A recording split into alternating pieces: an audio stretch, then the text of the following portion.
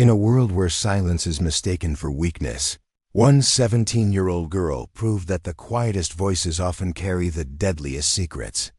What happened in those final 30 seconds at Lincoln High changed everything, turning years of torment into a moment of absolute power that left an entire school speechless. This is the story of how I discovered that sometimes the greatest strength comes from the places where we've been broken the most. Before we jump back in, tell us where you're tuning in from, and if this story touches you, make sure you're subscribed, because tomorrow I've saved something extra special for you. My name is Emma Chen, and for most of my 17 years, I had perfected the art of being invisible. At 5'3" with shoulder-length black hair that I kept perpetually tucked behind my ears, I had mastered the skill of blending into hallway walls and disappearing into the back corners of classrooms. My dark brown eyes, inherited from my Korean mother, had learned to look down at textbooks rather than meet the gazes of classmates who saw me as nothing more than an easy target. Lincoln High School in suburban Portland, Oregon, wasn't the kind of place you'd expect to harbor the kind of cruelty that shaped my daily existence. But beneath its polished exterior and well-manicured lawns lay the same social hierarchies that have plagued teenagers since the beginning of time. I was what guidance counselors would diplomatically call academically gifted, but socially withdrawn, which in high school terms translated to weird smart kid who nobody talks to. The bullying hadn't started overnight. It had been a gradual erosion, like water wearing away stone. Each small cruelty building upon the last until what remained was a girl who had learned to navigate her days like a soldier crossing a minefield. It began in freshman year with Jessica Martinez, a girl whose perfectly highlighted blonde hair and Instagram-worthy smile masked a cruelty that seemed to feed on the discomfort of others. She had an uncanny ability to identify weakness, and something about my quiet nature had immediately marked me as prey. The first incident was seemingly minor. I had been sitting alone at lunch, reading a worn copy of The Art of War that I'd borrowed from the library, when Jessica and her followers Madison, Walsh, and Thompson approached my table. Jessica's voice had been sickeningly sweet as she asked if I was planning to start a war, her friends giggling behind perfectly manicured hands. When I had quietly closed the book and tried to leave, Madison had accidentally knocked my lunch tray to the floor, sending my sandwich and apple rolling across the cafeteria tiles. The laughter that followed had burned in my ears for weeks. But that was just the beginning. As the months passed, their harassment had escalated with the methodical precision of a military campaign. They would wait until teachers weren't looking to shove past me in hallways, causing me to drop my books and scramble to collect scattered papers, while other students stepped around me as if I were debris. They created fake social media accounts to leave cruel comments on my sparse online presence, calling me everything from weird Asian girl to more creative and hurtful combinations that I forced myself not to remember. The psychological warfare was perhaps worse than the physical incidents. Jessica had a talent for timing her attacks for maximum humiliation. She would wait until the hallway was crowded between classes to loudly ask if I had friends in whatever country I came from, knowing full well that I had been born in Portland General Hospital just like half our class. She would pretend to be concerned about my antisocial behavior in front of teachers, suggesting that maybe I needed help, her voice dripping with fake sympathy that made my skin crawl. My parents, David and Sarah Chen, were both software engineers who had met in graduate school at Oregon State University. My father, a third-generation Chinese American, and my mother, who had immigrated from Seoul as a child, had built a comfortable, middle-class life in the suburbs, complete with a 2-story house with a small garden, where my mother grew vegetables and my father tinkered with electronics projects. They were loving, supportive parents who had always encouraged my academic pursuits, but they belonged to a generation that believed hard work and keeping your head down were the solutions to most problems. When I finally worked up the courage to tell them about the bullying during my sophomore year, their response was well-intentioned, but ultimately ineffective. My mother had held me while I cried, stroking my hair and telling me in her accented English that people who hurt others are usually hurting inside themselves. My father had been more direct, suggesting that I should report the incidents to school administrators and focus on my studies, believing that academic success would eventually silence my critics. I had tried their approach. I had reported incidents to Vice Principal Roberts, a well-meaning but overwhelmed man who seemed to view teenage conflict as a natural disaster to be weathered rather than a problem to be solved. He would call Jessica and her friends to his office, give them warnings about bullying, and send them back to class with what amounted to a slap on the wrist. The result was predictable. The harassment continued, but now it was more careful, more calculated, designed to stay just below the threshold of what administrators could actually punish. The breaking point had come in November of my sophomore year, during what should have been a routine day that instead became the catalyst for everything that followed.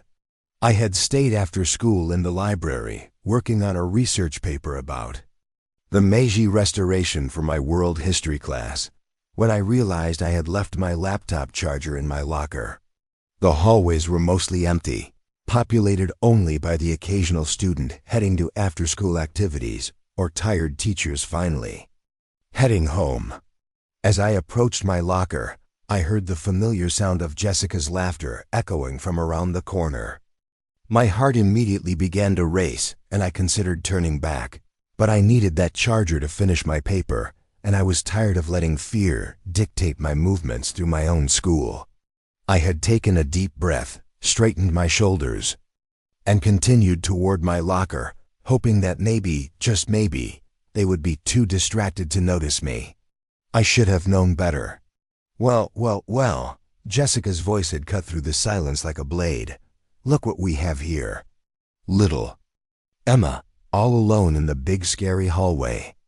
She was flanked by Madison and Chloe, their matching athletic wear and perfectly applied makeup, making them look like some kind of teenage mean girl army. Shouldn't you be at home studying or doing whatever weird things you do? I had kept my eyes focused on my combination lock, my fingers trembling slightly as I tried to remember the numbers. 2-7-14, my birthday. Such a simple thing, but under their watchful eyes, it felt like I was trying to solve calculus. I had managed to get my locker open and was reaching for my charger when Madison decided to escalate the situation. "Hey Emma," she had said, her voice deceptively casual. "My little sister is in 8th grade, and she's really struggling with math. I was thinking maybe you could tutor her, since you're so smart and all." Her tone made it clear that this wasn't actually a request, and the way Chloe was smirking beside her told me there was more to the story. "I'm not really a tutor," I had replied quietly, hoping that if I kept my voice steady and my answers short, they would lose interest and move on. It was a strategy that had worked occasionally in the past, but I could tell from the glint in Jessica's eyes that today was going to be different. "Oh, come on," Jessica had pressed, stepping closer until she was invading my personal space. "Don't be so selfish, Emma. You could really help Madison's sister. Unless you think you're too good for us." Her voice had that dangerous edge that I had learned to recognize, the tone that meant she was gearing up for something worse. "I just don't think I'd be a good tutor," I had said, trying to close my locker and escape before the situation could escalate further. But as I turned to leave, Madison stepped directly into my path, her face twisted into a cruel smile. "Where do you think you're going?" she had demanded. "We're not done talking to you." Behind her, Chloe was pulling out her phone, and I realized, with growing horror, that they were planning to record whatever came next. Preparing and narrating this story took us a lot of time, so if you are enjoying it, subscribe to our channel. It means a lot to us. Now back to the story. You know what your problem is, Emma? You think you're better than everyone else just because you get good grades. I don't think that, I had whispered, my voice barely audible. My hands were shaking now, and I could feel the familiar burning sensation behind my eyes that meant I was about to cry. I had learned over the years that showing weakness only made things worse, but sometimes the fear and humiliation were too much to contain. Yes, you do, Jessica had snarled, and suddenly she was grabbing my backpack, yanking it off my shoulders with enough force to send me stumbling backward. You walk around here like you're some kind of genius, like the rest of us are beneath you. But you know what you really are? She had unzipped my backpack and turned it upside down, sending my carefully organized books, notebooks, and pens scattering across the floor. You're nothing. Just a weird little girl who doesn't know how to talk to people. The humiliation of watching my belongings scattered across the floor, seeing my private notes and homework assignments trampled under their feet, had been overwhelming. But what happened next was worse. As I had knelt down to gather my things, trying to salvage what I could while fighting back tears, Madison had decided that I wasn't suffering enough. Oops, she had said with mock innocence, and then she had kicked my advanced calculus textbook, sending it skidding down the hallway toward the main entrance. Butterfingers. Her friends had erupted in laughter, the sound echoing off the empty lockers like some kind of twisted symphony. That had been the moment when something inside me finally snapped. Not into anger, but into a cold, calculating clarity that surprised even me. As I knelt there on the floor, surrounded by the debris of my academic life, watching these three girls laugh at my pain, I had made a decision that would change everything.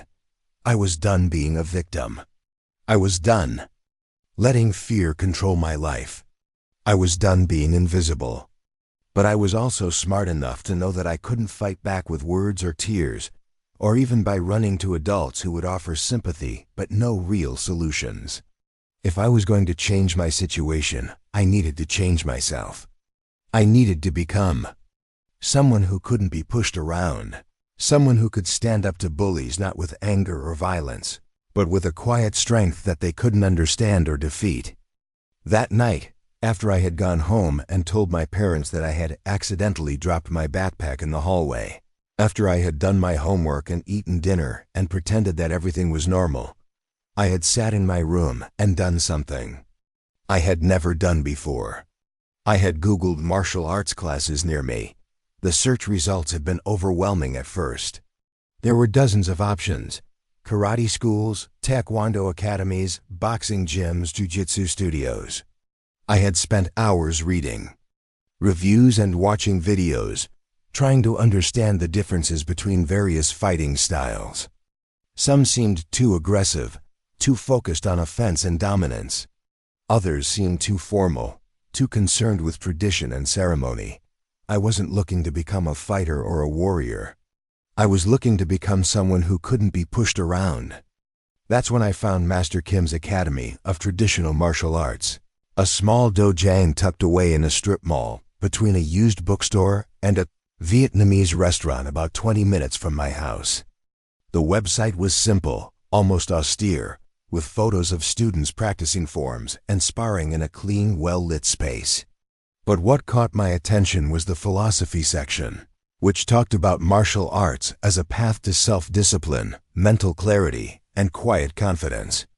Master Kim himself was a second-generation Korean-American who had learned traditional Tang Soo Do from his father, who had been a student of the legendary masters in post-war Korea.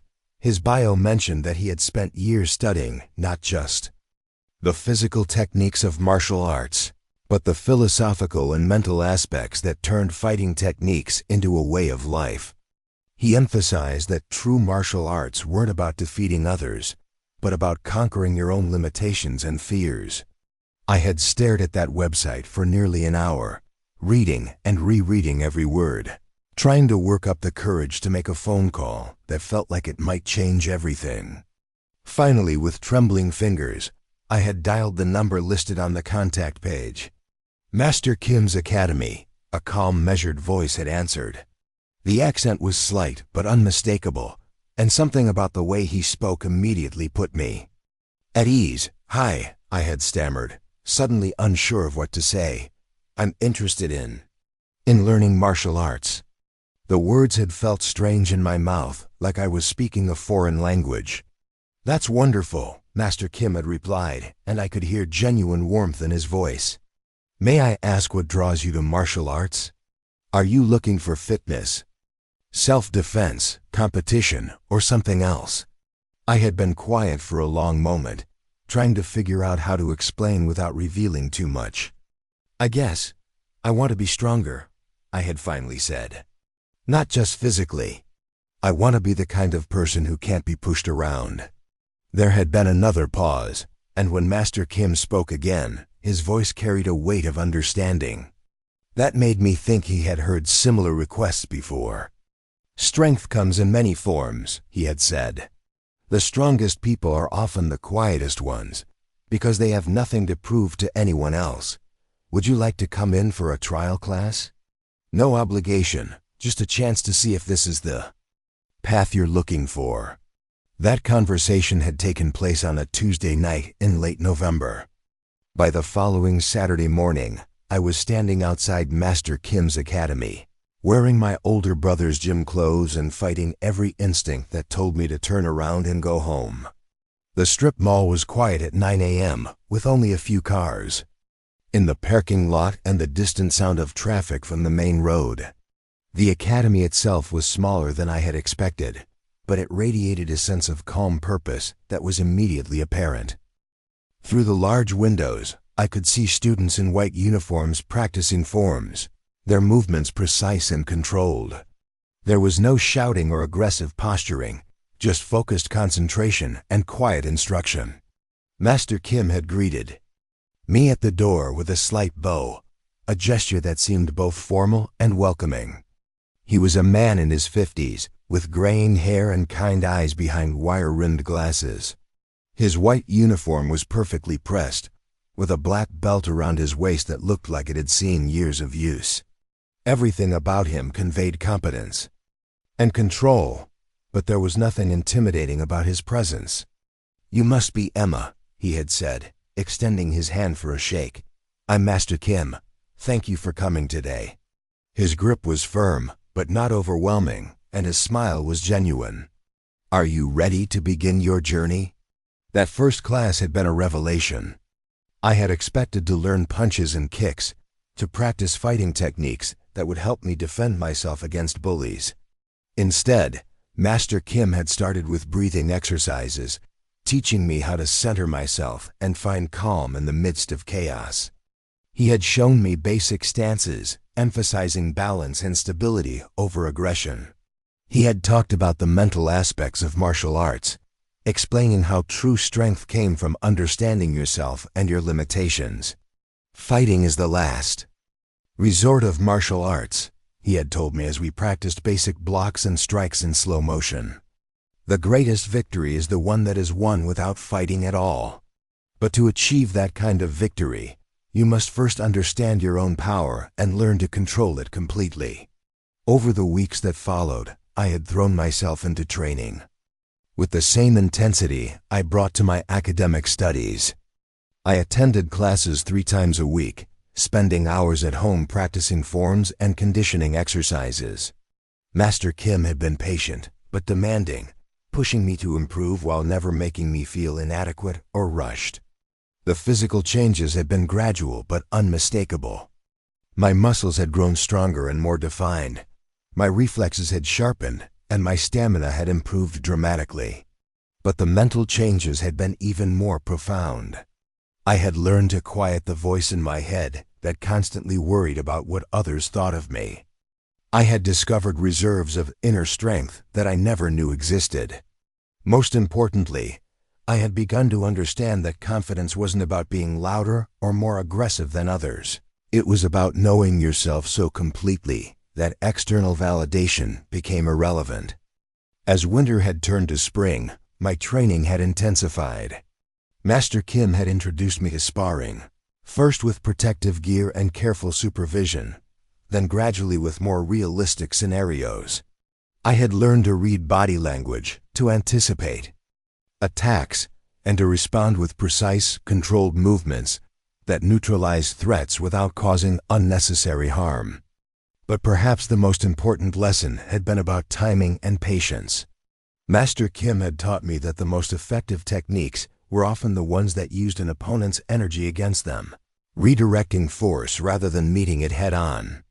He had shown me how to wait for the right moment, how to remain calm under pressure, and how to end conflicts quickly and decisively when action became necessary. The way of the warrior is not about seeking fights, he had told me during one particularly intense training session. It's about being so prepared for conflict that you rarely have to engage in it.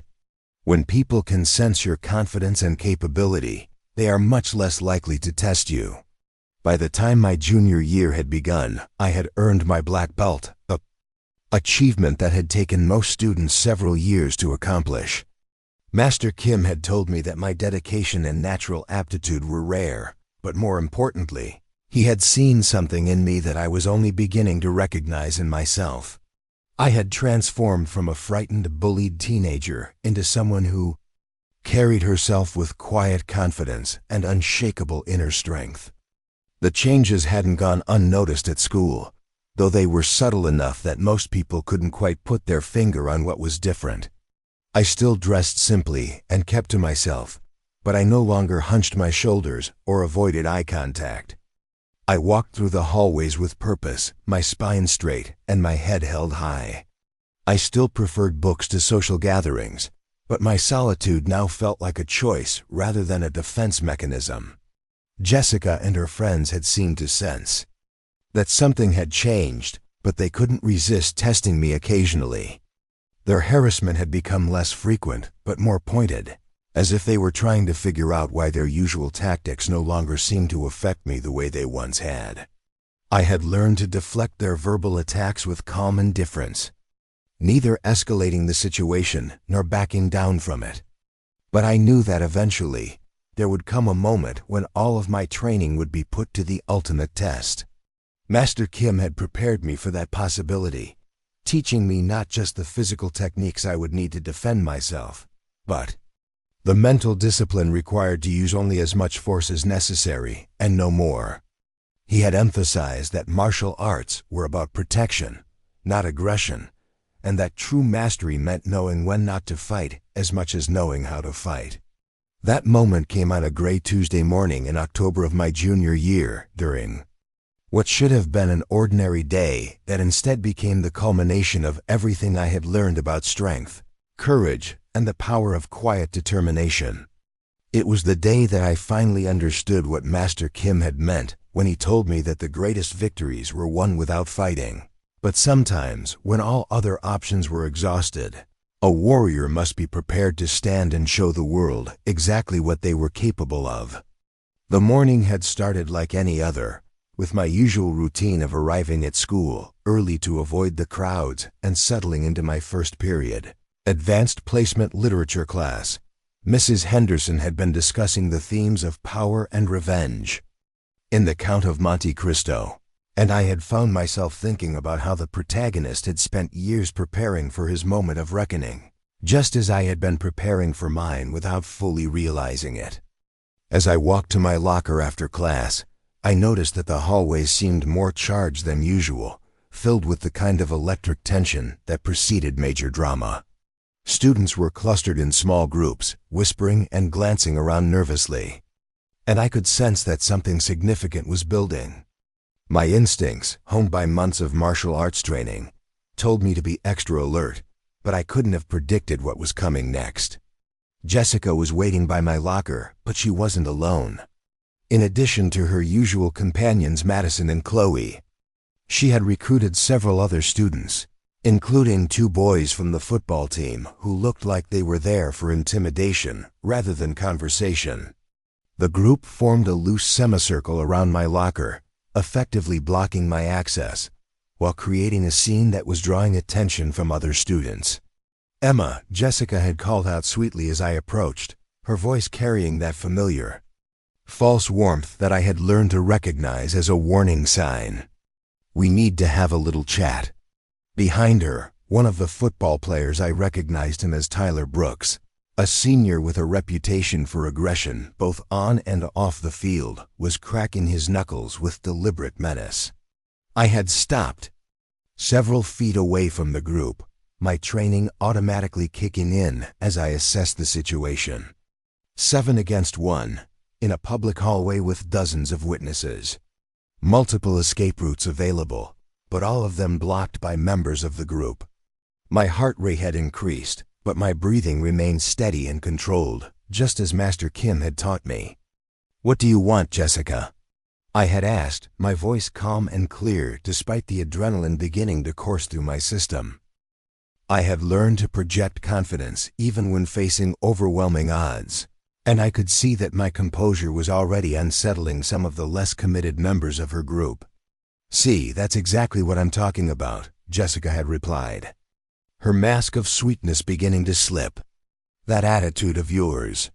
Walking around like you're better than everyone else, like you're untouchable." She had stepped closer, close enough that I could smell her expensive perfume mixed with the underlying scent of aggression and malice. "Well, I've got news for you, Emma. You're not special. You're not untouchable. And today, everyone is going to see exactly what you really are."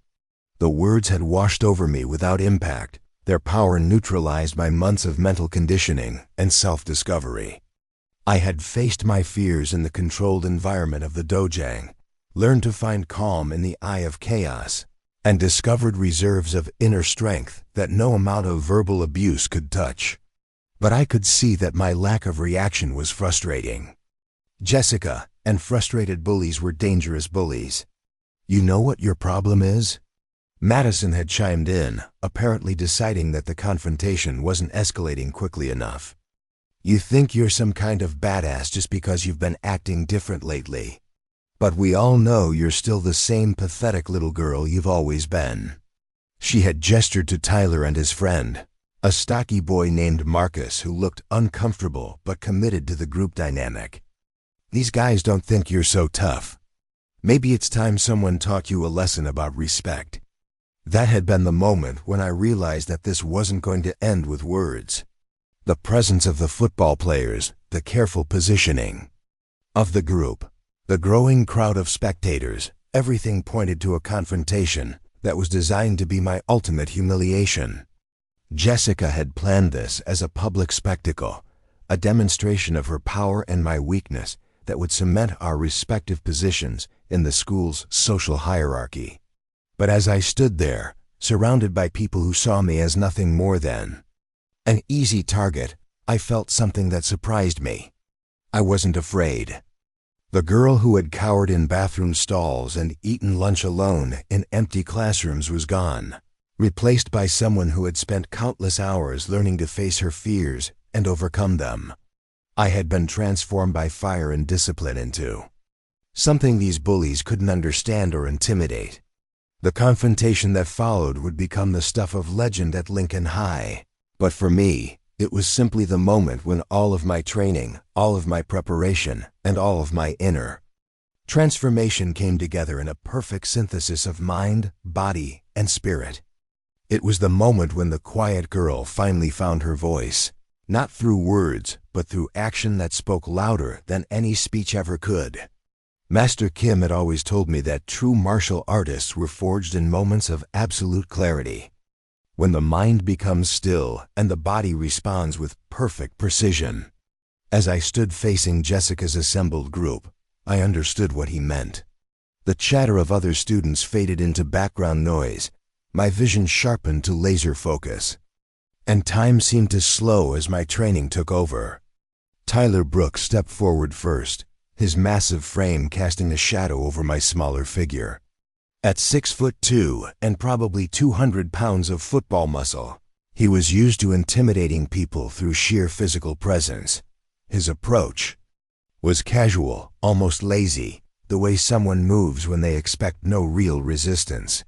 "Come on, little ninja," he had sneered, using a term that revealed both his ignorance and his contempt. "Let's see what you've got." His hands were loose at his sides, his stance wide and unbalanced. Everything about his posture screamed amateur, someone who had never faced a trained opponent and didn't expect to start now. I remained motionless, my feet positioned in a natural stance that appeared relaxed but was actually perfectly balanced for instant movement in any direction. My hands hung loosely at my sides, my breathing steady and controlled. To the casual observer, I looked like a deer frozen in headlights, but anyone with martial arts experience would have recognized the coiled potential in my stillness. "What's wrong, Emma?" Jessica's voice cut through the tension like a blade. "Cat got your tongue? Or are you finally realizing that all your weird antisocial behavior won't help you now?" She was enjoying this, feeding off the crowd's attention and my apparent helplessness. "Maybe if you apologize really nicely, we'll go easy on you." The crowd had grown larger now, forming a loose circle around our confrontation. I could see phones being pulled out, students preparing to record what they expected to be my humiliation. Among the faces, I spotted a few teachers in the distance, but they were too far away to intervene quickly, and I doubted they would even recognize what was happening until it was too late. Tyler took another step closer, now within arm's reach. His confidence was absolute, his movements telegraphed and predictable.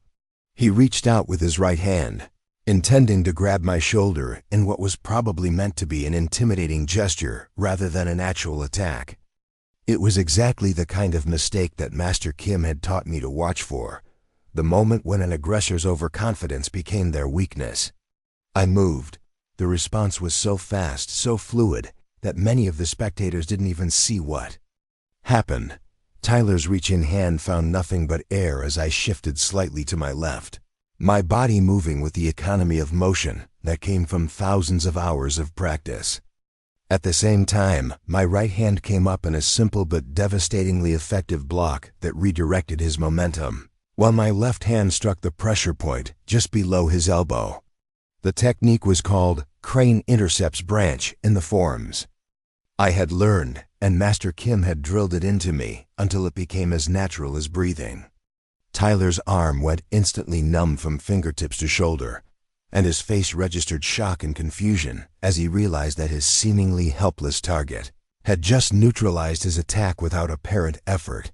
"What the hell?" he had stammered, shaking his arm as feeling slowly returned. The casual arrogance was gone, replaced by uncertainty and the first hints of fear. He looked back at Jessica, seeking guidance, but she was staring at me with an expression of disbelief. "That was just lucky," Madison had declared, though her voice carried less conviction than her words suggested. "Do it again, Tyler. She can't keep getting lucky forever." But Tyler was no longer moving with the same confidence. The brief exchange had taught him that I wasn't the helpless victim he had expected, and his instincts were warning him to be more careful. He circled to his right, trying to find an angle of attack that would give him an advantage, his movements now cautious and deliberate. I turned to face him, maintaining my balanced stance and relaxed posture. My heart was beating fast, but my mind was crystal clear, processing every detail of the situation with heightened awareness. I could see the uncertainty in Tyler's eyes, hear the nervous shuffling of feet from the other members of Jessica's group, feel the growing tension in the crowd of spectators. "This is ridiculous," Chloe had said, her voice shrill with frustration. "There's 7 of us and 1 of her. Just grab her already." But even as she spoke, I could see doubt creeping into the faces of some of the less committed members of the group. What was supposed to be an easy demonstration of power was turning into something none of them had expected. Tyler made his second attempt, this time trying to tackle me around the waist in a move that would have been effective against an untrained opponent. But I had spent months learning to read body language and anticipate attacks, and his intentions were written clearly in his shifting weight and coiled muscles. As he lunged forward, I executed a technique that Master Kim called mountain stands firm. Instead of trying to evade or counter his attack directly, I lowered my center of gravity and met his charge with precise timing and perfect leverage. My hands found the pressure points on his shoulders as his momentum carried him into my response, and suddenly his tackle became an uncontrolled fall as his legs tangled and his balance deserted him. Tyler hit the hallway floor with a resounding crash that echoed off the lockers, his 200 pounds of muscle no match for the laws of physics and the precise application of martial arts technique. He rolled to his side, gasping for breath and looking up at me with something approaching respect mixed with fear. The hallway had gone completely silent. Even Jessica seemed at a loss for words as she stared at Tyler's prone form, trying to process what she had just witnessed. The girl they had tormented for years, the quiet target of their cruelty, had just effortlessly defeated one of the school's most intimidating athletes without breaking a sweat or even breathing hard. "How?" was all Tyler managed to say as he slowly got to his feet, his pride more damaged than his body. He was backing away now, no longer interested in testing himself against someone who clearly possessed skills he couldn't understand or counter. I remained in position, my stance unchanged, my expression calm and controlled. I hadn't wanted to hurt Tyler, and I was relieved to see that he wasn't seriously injured. The techniques I had used were designed to neutralize threats through precise application of leverage and pressure points, rather than brute force or damaging strikes. "That's impossible," Marcus had muttered, the second football player who had been recruited for intimidation value. "She's like half his size." But he made no move to take Tyler's place, his own confidence clearly shaken by what he had witnessed. Jessica's face had gone through a series of expressions, from shock to anger to something that might have been fear. The carefully orchestrated humiliation was becoming her own nightmare as the quiet girl she had tormented refused to play the role of victim. Worse, there were dozens of witnesses and phones were recording everything. "This isn't over," she had said, but her voice lacked its usual venom. "You think you're tough because you got lucky twice? Let's see how tough you are when it's not. Just one-on-one." She gestured to the remaining members of her group, but I could see that their enthusiasm for the confrontation had diminished considerably. Madison and Chloe exchanged uncertain glances, clearly having second thoughts about their involvement. The boys who had been recruited as muscle were backing away, and even some of the spectators were beginning to disperse, sensing that the situation was escalating beyond typical teenage drama. I spoke for the first time since the confrontation had begun, my voice carrying clearly in the sudden silence. "This doesn't have to continue, Jessica. We can walk away right now, and no one else has to get hurt." The words came out calm and steady, without threat or anger, but with an undertone of absolute certainty that surprised even me. "Hurt?" Jessica had laughed, but it was a harsh, brittle sound. "You think you hurt Tyler? You think you're little. Karate moves scare us?" She was trying to rebuild her momentum, to convince herself and her followers that what they had witnessed wasn't significant. "I don't want to hurt anyone," I had replied, and I meant it completely. Master Kim had taught me that martial arts were about protection and control, not dominance or revenge. "But I won't let you push me around anymore either. This can end here, or it can continue. The choice is yours." The standoff stretched for what felt like hours, but was probably only seconds. Jessica's eyes were calculating, weighing her options, and trying to find a way to salvage her reputation from what was becoming a public disaster. I could see her considering whether to escalate further or find a way to retreat with some dignity intact. Then Marcus made the decision for everyone. "I'm out," he had said, shaking his head and walking away from the group. "This is crazy. I didn't sign up to fight some kind of ninja girl." His departure was like a crack in a dam, and I could see the resolve of the others beginning to crumble. One by one, Jessica's assembled group began to disperse. Some slipped away quietly, trying to avoid notice, while others made excuses about needing to get to class. Within minutes, only Jessica, Madison, and Chloe remained, their force reduced from 7 to 3, and their confidence thoroughly shaken. "This isn't over," Jessica had repeated, but now it sounded more like desperation than threat. "You can't hide behind your weird martial arts forever.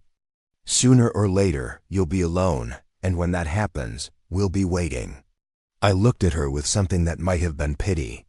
For all her cruelty, Jessica was still just a teenager trying to maintain her position in a social hierarchy that valued conformity and punished difference. Her attacks on me had been about her own insecurities as much as any real malice, though that knowledge didn't excuse the pain she had caused. "I'm not hiding behind anything," I had said quietly. "This is who I am now. I'm not the scared girl you used to pick on. I'm not going to run away or back down anymore. If you want to keep this going, that's your choice, but you need to understand that things have changed." The truth of those words hung in the air between us. Everything had changed, not just in terms of my ability to defend myself physically, but in my fundamental understanding of who I was and what I was capable of. The months of training, the physical conditioning, the mental discipline, all of it had transformed me into someone who could face their fears and stand their ground. Jessica stared at me for a long moment, and I could see her trying to reconcile the confident young woman standing before her with the timid girl she had tormented for so long. The cognitive dissonance was clearly troubling her, challenging her assumptions about power dynamics and social hierarchies. "Come on," she had finally said to Madison and Chloe, her voice flat and defeated. "Let's get out of here." As they walked away, I could hear her muttering something about weird Asian kung fu crap, but the words lacked their usual bite. The confrontation was over, at least for now. The crowd of spectators had mostly dispersed by then, though I could see small groups of students clustered nearby, talking animatedly about what they had witnessed. The story would spread quickly through the school, I knew, probably growing in the telling until it became something even more dramatic than what had actually happened. Tyler had approached me as I gathered my books from my locker, his expression a mixture of embarrassment and curiosity. "How did you do that?"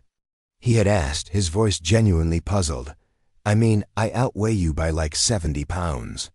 I've been lifting weights since middle school. How did you just neutralize me like that?" I had considered how to answer his question. Tyler wasn't a bad person, just someone who had been recruited into a situation he didn't fully understand. His confusion was honest, and I could see that the experience had genuinely affected him. "Physics," I had said simply. "Leverage, timing, and understanding how the human body works. Size and strength matter, but they're not everything. Technique and mental preparation can overcome a lot of physical disadvantages." He had nodded slowly, processing this information. "That was some matrix stuff right there," he had said with what might have been admiration. "Where did you learn to do that?" "Master Kim's Academy," I had replied. "Traditional martial arts. It's not about fighting. It's about discipline and self-improvement. But it teaches you how to defend yourself when necessary." Tyler had looked thoughtful for a moment, then extended his hand for a shake. "Look, I'm sorry about getting involved in Jessica's drama. I didn't really understand what was going on. I just thought we were going to scare you a little, not actually fight or anything. That was really impressive what you did." I had shaken his hand, appreciating his honesty and his willingness to admit he had been wrong. "No harm done," I had said, and meant it. "Maybe next time you'll think twice before jumping into something you don't understand." "Definitely," he had agreed with a rueful laugh. "I have a feeling Jessica isn't going to be recruiting muscle for her little schemes anymore." As I walked to my next class, I reflected on what had just happened. The confrontation I had been dreading for months had finally occurred, and I had emerged not just unharmed but stronger. More importantly, I had proven to myself that the transformation I had undergone was real and lasting. The girl who had cowered in bathroom stalls and eaten lunch alone was truly gone, replaced by someone who could face adversity with calm confidence and measured response. I hadn't sought out conflict or violence, but when it had been forced upon me, I had been ready. Master Kim had been right about so many things. True strength did come from within, from the discipline to train consistently and the wisdom to use that training responsibly. Martial arts weren't about defeating others, but about overcoming your own limitations and fears. And sometimes, when all other options were exhausted, the ability to defend yourself could provide the foundation for the respect and peace that made further conflict unnecessary. The rest of the day passed in a blur of whispered conversations and curious glances. Word of the hallway confrontation had spread throughout the school with the speed that only teenage gossip could achieve. Some of the stories I overheard were reasonably accurate, while others had grown into elaborate tales of martial arts mastery that bore little resemblance to reality. In my AP chemistry class, my lab partner Sarah Williams had leaned over and whispered, "Is it true you know karate or something? Jamie Peterson said you totally took down Tyler Brooks in like 2 seconds." I had smiled slightly as I measured chemicals for our experiment. "Something like that," I had replied, not wanting to provide more fuel for the rumor mill, but also not wanting to deny what had happened. "That's so cool," Sarah had said with genuine enthusiasm. "I always wondered why you were so confident lately. It makes sense now. Can you teach me some moves sometime?" The request had surprised me, but it also felt like validation of something Master Kim had told me months earlier. "When you carry yourself with true confidence," he had said, "people notice. They're drawn to that kind of inner strength, even if they don't understand where it comes from." By lunchtime, I found myself in an unusual position. Instead of eating alone with a book, I was surrounded by curious classmates who wanted to hear about martial arts and self-defense. Some were clearly just interested in the drama and novelty, but others seemed genuinely intrigued by the idea of learning to protect themselves. Rachel Martinez, who had always been friendly but distant, sat down across from me with her lunch tray. "Emma, I have to ask," she had said, lowering her voice conspiratorially. "What Jessica and her friends did to you over the years, that was really messed up." I always wanted to say something, but I was worried about becoming a target myself. "I'm sorry I didn't speak up." Her apology had touched me more than I expected. I had often wondered if other students noticed the harassment, but chose to ignore it, and it was strangely comforting to know that at least some people had cared, even if they hadn't known how to help. "It's okay," I had told her honestly. "I understand why people stayed out of it. Middle school and high school social dynamics are complicated, and no one wants to make themselves a target." "Still," Rachel had insisted, "what happened this morning was amazing. You didn't just defend yourself, you did it without really hurting anyone. That takes real skill and restraint." Her observation was more perceptive than she probably realized. The techniques I had used on Tyler were specifically chosen to neutralize his threat without causing lasting injury.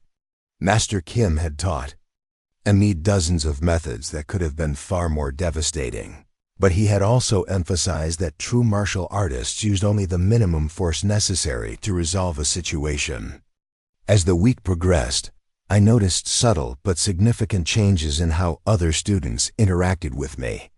The harassment from Jessica and her friends had completely stopped, replaced by a careful distance that suggested they were still processing what had happened.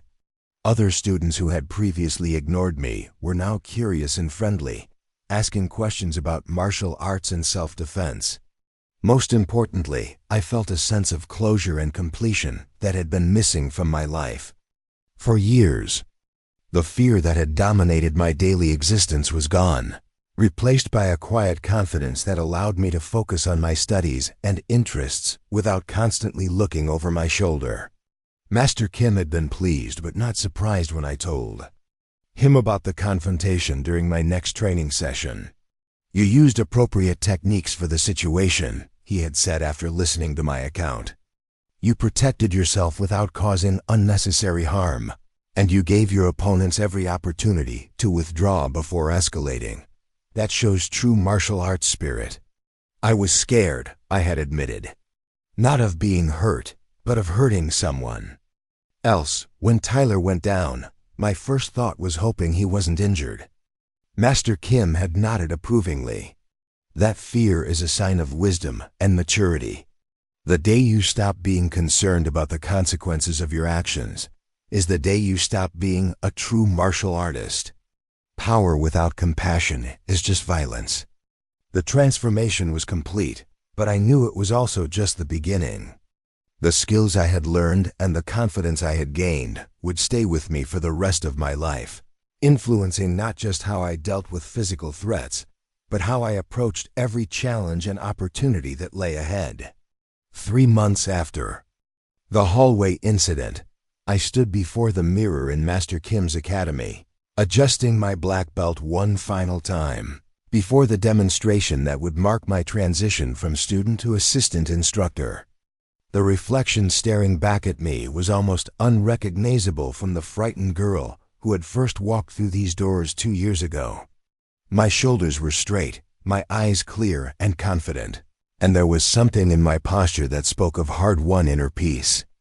The academy was bustling with activity as families and friends gathered for the monthly student showcase, an event where practitioners of all levels demonstrated their skills and celebrated their progress. Tonight was special for me because Master Kim had asked me to lead a self-defense seminar for new students, many of whom were young women who had come seeking the same transformation I had found. Among the audience, I spotted my parents sitting in the front row, their faces glowing with pride that went far beyond my martial arts achievements. They had watched their quiet, withdrawn daughter blossom into a confident young woman who carried herself with dignity and purpose. My mother had tears in her eyes as she watched me interact with younger students, patiently correcting their stances and offering encouragement with the same gentle guidance Master Kim had shown me. What struck me most about this moment was how natural it all felt. Leading others, sharing knowledge, standing in front of a crowd without the crushing anxiety that had once defined my existence. These were gifts that martial arts had given me, but they were also reflections of the person I had always been underneath the fear and self-doubt. The demonstration began with basic forms, flowing movements that told stories of ancient battles and timeless principles. As I moved through the familiar patterns, I felt connected to something larger than myself, part of a tradition that stretched back centuries and emphasized the cultivation of character alongside physical skill. Each technique was executed with precision born of countless hours of practice, but also with the understanding that true mastery lay not in perfection of movement, but in the integration of mind, body, and spirit.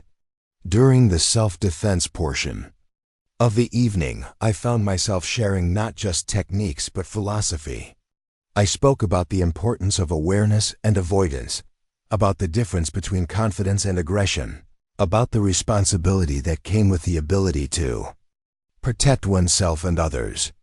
The students hung on every word, many of them carrying their own stories of vulnerability and fear that I recognized all too well. One young girl, probably 14 and painfully shy, approached me after the demonstration with questions that sounded achingly familiar. She spoke in whispers about bullies at school, about feeling invisible and powerless, about the constant anxiety that came with navigating teenage social dynamics as an outsider. As I listened to her story, I saw myself 2 years ago, and I felt a fierce determination to help her find the same path to strength and self-acceptance that had transformed my own life. The most important thing to understand, I told her as we practiced basic defensive postures, is that you already have everything you need inside you. Martial arts doesn't give you strength.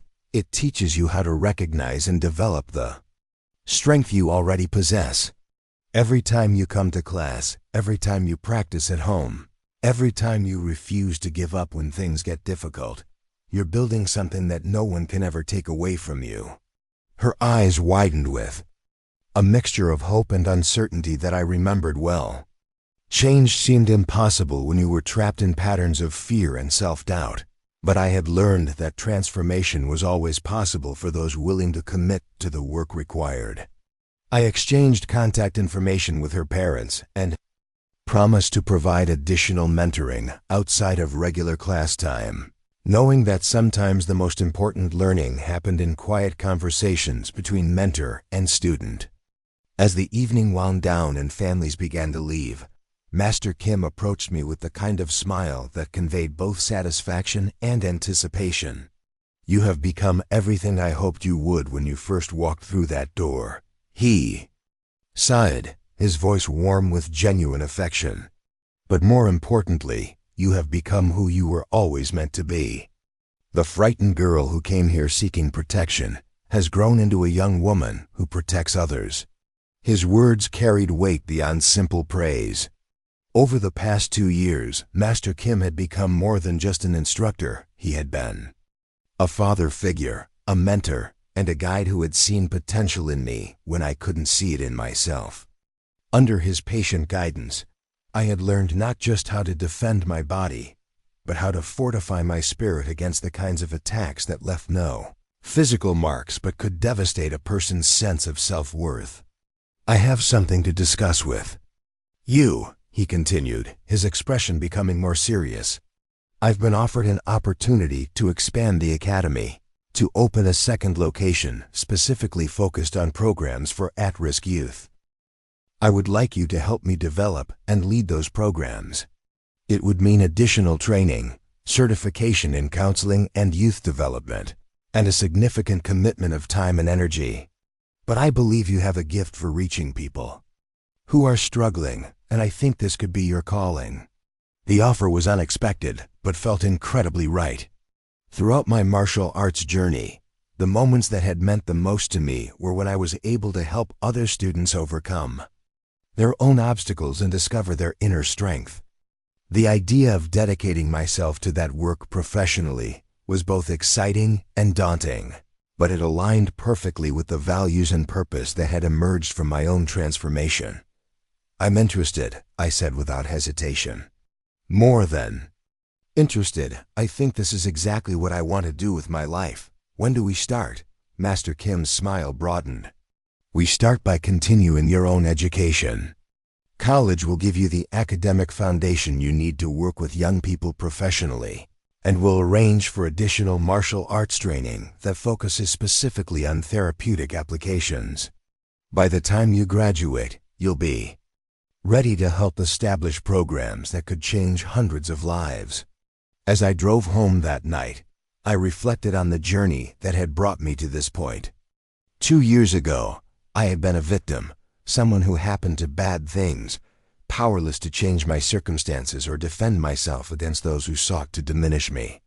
Tonight I was looking toward a future where I would dedicate my life to ensuring that other young people never had to feel as helpless and alone as I once had. The transformation hadn't happened overnight, and it hadn't been easy. There had been moments of doubt, sessions where I wanted to quit, times when the physical and mental demands of training seemed overwhelming. But Master Kim had taught me that true strength was built in those moments of resistance, when you had to choose between giving up and pushing through to the next level of capability and understanding. High school was ending in a few months, and I would be heading to Portland State University in the fall to study psychology and social work. My academic record had only improved as my confidence grew, and I had been accepted into an honors program that would allow me to focus on youth development and trauma recovery. The shy, withdrawn girl who had once hidden in library corners had become someone who actively sought leadership opportunities and embraced challenges that would have terrified her former self.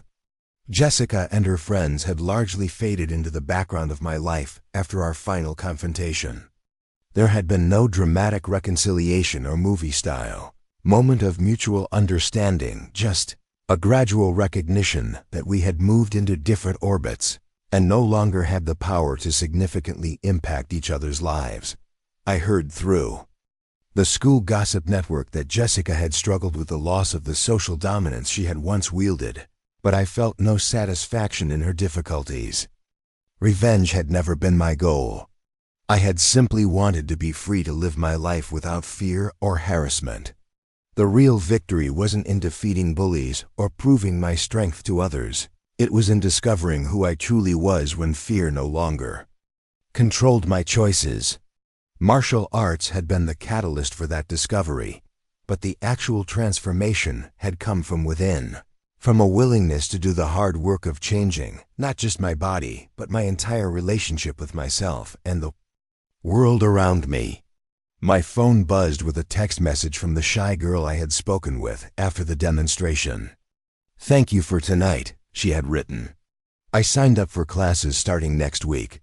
I'm nervous but excited. I hope someday I can be as strong as you."